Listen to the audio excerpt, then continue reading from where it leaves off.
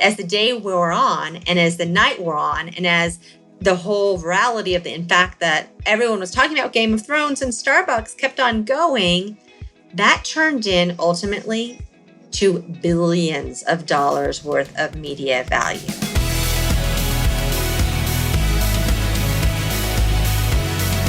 Welcome to the Shine Strategy Podcast, where entrepreneurs, visionaries, and business owners are getting visible and changing the world. I'm your host, Heather Burgett, an award-winning publicist, entrepreneur, and business mentor. Today's show is sponsored by PR Stars. For more inspiration and Shine strategies, head over to shineinsiders.com now for my free masterclass so that you too can get visible and go from local to global.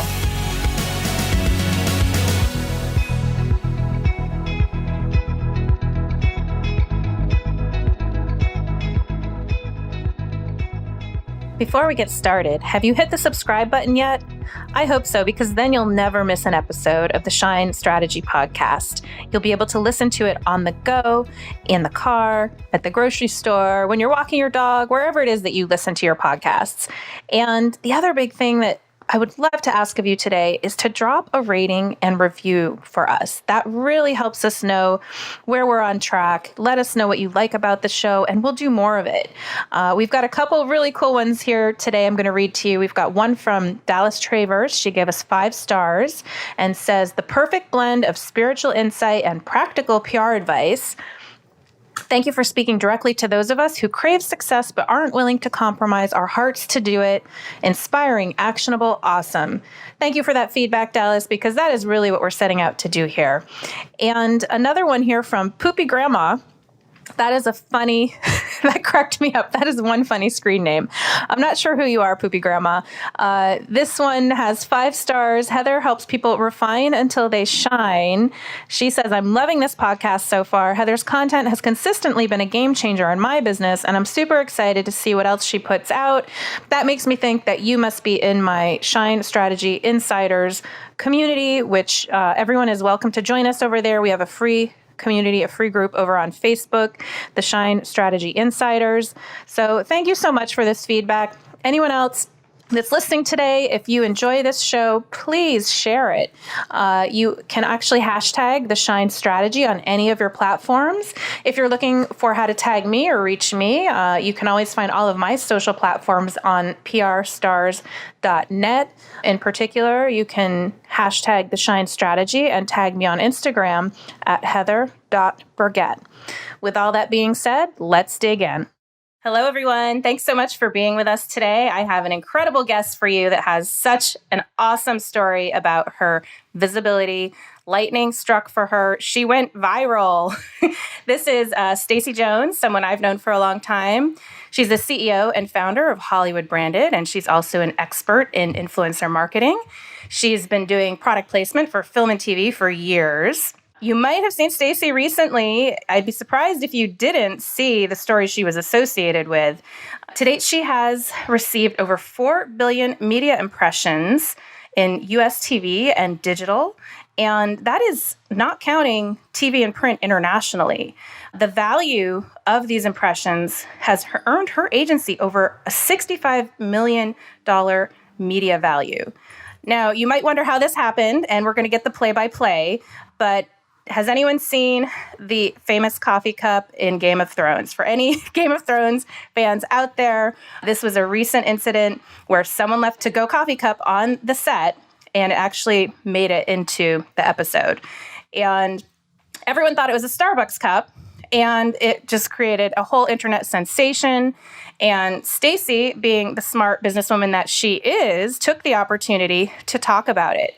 So, Stacy, I'd love for you to tell us what happened. So welcome, and give us the play-by-play. Sounds good, Heather. Thank you so much for having me here. And hello to everyone. Yes, we went viral, and it was not exactly planned, but it was something very, very cool that happened because I already participated quite frequently with interviews with press. And it just happened to be that golden moment, that perfect storm where Starbucks was getting so much attention about the cup that everyone thought was theirs. In fact, it probably was a company called Paper Cup out of Belfast. And I had woken up that Monday morning after it premiered that Sunday night to an email in my inbox from Market Watch asking if I would chime in on providing some estimates on what it would have cost for Starbucks to actually have paid to have their cup be in not necessarily Game of Thrones, because we all know that you're not going to have a present day product in a historical TV show or feature film, but in something that would be a similar caliber, a TV show that would reach as far and wide a range of audience members as what Game of Thrones does. Now, is there actually another show that would do that? Because Game of Thrones is like this international sensation. How did you find one that would compare? Yeah, so I would equate this to, this is a Super Bowl TV series, right? This is the biggest of the biggest. With when all is said and done, you have there was over 100 million people who were watching this series from all corners of the globe. So we would equate this based on, the type of viewership it would receive. This is a Super Bowl sized program, and there's easily over 100 million people who see a single episode from all corners of the world, if not more. So it truly was the cup scene around the world. It was the cup scene around the world. And we would look at this based on how would a massive blockbuster feature film play in this space? So how would an Avengers or, a Batman versus Superman or a Black Panther or any of your really top 20 feature films that are out there that are getting this type of viewership? And that's how we would price it. And of course, knowing that in this case, you couldn't see the logo, so there's not a whole lot of value there for it. You couldn't tell what brand it was, so there's not a whole lot of value there for it. But if you could see a logo, you could see a brand, the cup was positioned in the right point of action, it's easily something that a brand would pay $250,000 or more for to be in that type of property in today's age. So that's just the actual cost to be in the show. And then, of course, there's the PR media value of the impressions that it gets once it appears in the show. So, what are we looking at now in terms, because obviously people thought it was a Starbucks logo, even though it wasn't. So Starbucks really lucked out on this one. They did. Yeah. Tell us a little bit more. So how did it unfold and how many impressions were they getting? What happened? So I chimed in with Market Watch and I let them know about the $250,000 value. And Market Watch's article went viral at that point. And I've never participated in anything before that went viral. And it was very cool to see. And it got a lot of pickup. And by later on that day, I started having other media outreach to me. CNBC and Business Insider were two of those media outlets. And with both, I let them know that not only, obviously there's that 250,000 minimum value, that I'd started tracking the press. And we use PR analytics software. And so with the PR analytics software that we were utilizing, it's Critical Mention, it was showing at that time millions of dollars worth of value. Okay, so, that'd be expected.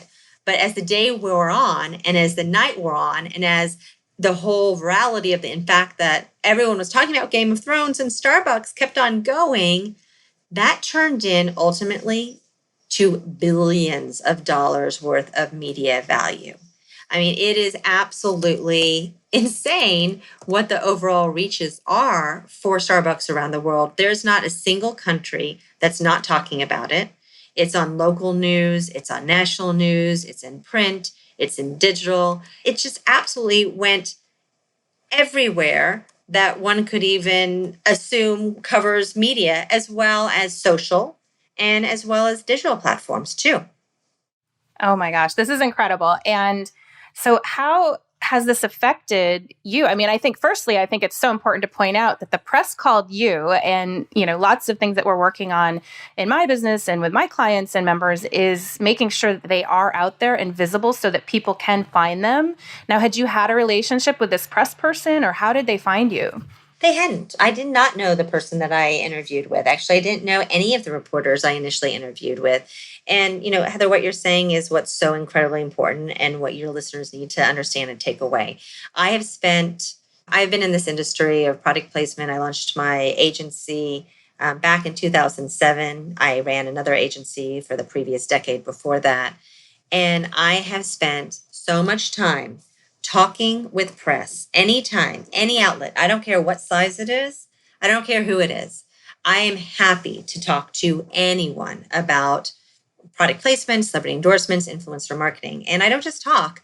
I talk to them, I try to listen to what they need, and then I continue to follow up. And that was the big win here was for me, is not only did I talk to them and bring them unique points that I was able to contribute to a story that helped all of these articles actually go viral, I kept in touch with them afterwards and kept them up to date about what was going on and what the reach is. I mean, right now, Starbucks has easily over, I haven't even run this in the last few days, but it's over 60 billion online reached alone. Oh my gosh. And it's over 3 billion easily value. $3 billion. Easily. It's actually, I think Wow. now probably 4 to 5 billion. Pulling up something to take a look at it, and it's looking like it's closer to 4 or 5 billion. It's really, I can't keep up to it. I did a podcast myself on this and went to sleep, and I woke up the next morning and the numbers had doubled. Those were old numbers by then, and the podcast hadn't even come out. But oh my God. Well, fantastic for Game of Thrones and Starbucks. And not that Starbucks really needed it or Game of Thrones. They're both already international sensations. But the important thing for your listeners to understand is, not only did I go above and beyond in trying to make sure that the reporters had, content that was cool and up to date, I spent so many years building up our reputation in general, where with all of those different interviews I would participate in, all the time creating, relationships with reporters so that they would come back to me and so that my profile of press would grow. And I would list that press on our website. We have a press page where I would make sure we shared it digitally to make sure other people actually saw the press that we were getting, to make sure that our website was optimized for Google with SEO so that if a reporter was looking up a story, we would come up in a top search. All of those things are incredibly important to do so that you're positioned in the right place to be reached out to when a story is running. I love that. And thank you so much for sharing that, because we talk about this all the time in my community. And, at the end of the day, that's what really, good PR does for you. It allows people to come to you. And that even means not just clients or customers, but the actual reporters that are out there that need your expertise, need you as a source for their stories. So undoubtedly, this reporter searched online probably for film and TV product placement. And you probably were the first company to come up, is my guess. Yeah, and we have so many blogs that we do also. I mean, that's something that all of your listeners should be doing as well. And writing and putting it under their name so that their point of view is out there and that they're able to be seen as, someone who can actually at least write, if not talk, intelligently. And that's something that's important. And providing tools and resources and content so people can get a look under the hood of your company and get to know you a little bit. Beautiful. Yeah. I mean, that's, something I've always admired about you is you send out your weekly, I believe it's a newsletter that features your blog posts, and you have multiple blog posts on a regular basis. And I've looked at you with admiration thinking, oh my gosh, she's a content machine. She's brilliant. She's always putting out great posts and stories that are tied into current events, things that are happening out in the world. So I have a feeling if they hadn't called you, you probably would have been just about ready to write your blog piece on it anyway. Exactly. We would have. 100% we would have. But this certainly got a lot more traction than any blog we would have written. But, case in point, I just had another reporter, totally different topic, reach out to me yesterday because of our Instagram page. We had posted about a certain top celebrity. It happened to be a Kardashian. And this woman was writing a story for her magazine. And she thought that, we would actually be, up to date on what the current topics are around that Kardashian individual. And she's right, we are. But that was just another platform that reporters look at. So your social feeds are something that help tell the story of your knowledge as well. Absolutely. And I love that you're saying that. And if we could look at even just, the past few weeks, maybe the before, what would you say is the biggest difference? Like, where were you right before? What has shifted? Where are you now? Well, it's really interesting. I was in New York the week prior to this whole story breaking, and I was doing agency and client brand meetings and sales pitches. And I was able to follow up with them, or even better yet, a lot of them followed up immediately with me saying, "Oh my God, I just saw you. Oh my God, I just saw you. Oh my God, I just saw you. Oh my God, I saw you here and here and here and here." Our authority with them, I mean, we had good meetings. I'm telling you, they were all great meetings, but our authority level with these new prospective clients, it just kicked it up. Not like Mm-hmm. a notch, it just like Through the roof. soared. Right. I mean, they're like, "How did you do this? This is amazing." And the calls that we're getting from brands and agencies, it's just, it's a different way of being seen when you are recognized as an authority and someone who is a knowledge expert. And I know there are things happening that you mentioned to me that we can't talk about yet, but you have some pretty big things in the works that are a result from this, we'll call it the Game of Thrones incident, Starbucks cup incident. What do you think the change is going to be in your business going forward now that you've kind of gotten through this phase where you've gotten all of this attention? Well, we've been talking about buying a building, and I think we are going to be buying a bigger office building so that we can move Oh, into. congratulations. So that's something that's exciting. It's Huge. just, I think that all the things that I've been putting out in the universe about business growth, it's just everything's being connected. And while we were already scaling up because of other things going on with hiring, additional team members, I see the goal that we had outlined coming to fruition a lot faster. That is such amazing news. And I'm so happy for you. If anyone deserves it, it's you. I know how hard you work. And what would you say, in doing this work, what lights you up the most about it? As far as working with brands and content, I love partnering pop culture with brands. There is not a better way in my eye to actually create something that's engaging and authentic and a story. And this whole Game of Thrones and Starbucks experience, it should prove to everyone the fact that people are locked into their favorite content and what is actually appearing in it. So when brands are participating in a movie or a TV show, it is being noticed. It is being thought of and talked about. When you're working with an influencer or celebrity, people are noticing it. They are engaging with it. It is making it something that it's just unfathomable, the value of that, so far beyond just doing traditional advertising. I couldn't agree more. And as someone that has been doing this a really long time and running your own business, there are always going to be challenges and obstacles. Is there any advice you have for anyone out there? Because obviously as entrepreneurs, we've all gone through it. What are some of the biggest obstacles you've had and how did you get through it? How can other people stick with it and keep going to get to a point like this where maybe lightning will strike for them as well? Yeah, I think that as a business owner and entrepreneur, there's obstacles at every turn that you go, whether you're a woman-owned business, whether it is getting clients to pay, whether it is employee HR issues. There's issues that we all have, right? Anyone and everyone has. But it's just about pivoting and keeping on going and not giving up and continuing with the faith that the vision that you have is going to come to fruition and actually making sure you have a vision. Because if you don't have a vision, there's no way that you can meet that goal of whatever it is if you haven't put it out there. Beautiful. Yes, I completely agree with that. Knowing your vision, your why, being in a pure state about that, it completely sets the stage for success. And then the consistency and persistence to stick with that. That's well said. And if you could tell yourself as a younger version of yourself one thing, what advice would you give your younger self? I think if I went back into the younger self that wasn't super young, but maybe a college self, I had no idea that my theater production and scenic design degree that I was going after as a BFA would actually accumulate into something that was a rock solid business success. So you never know the point you're at, where you're going to get, but everything serves you well along the way. So stick with it. stay with it and trust that, yeah, I mean, for you, you're a perfect example of seeing how everything you've done and all you've worked for and all that you've invested over the years has culminated into this wonderful place where it really feels like it's your time to shine, your moment in the spotlight. And, after all this work, all these years, you're getting the attention you truly do deserve because you are brilliant at your work.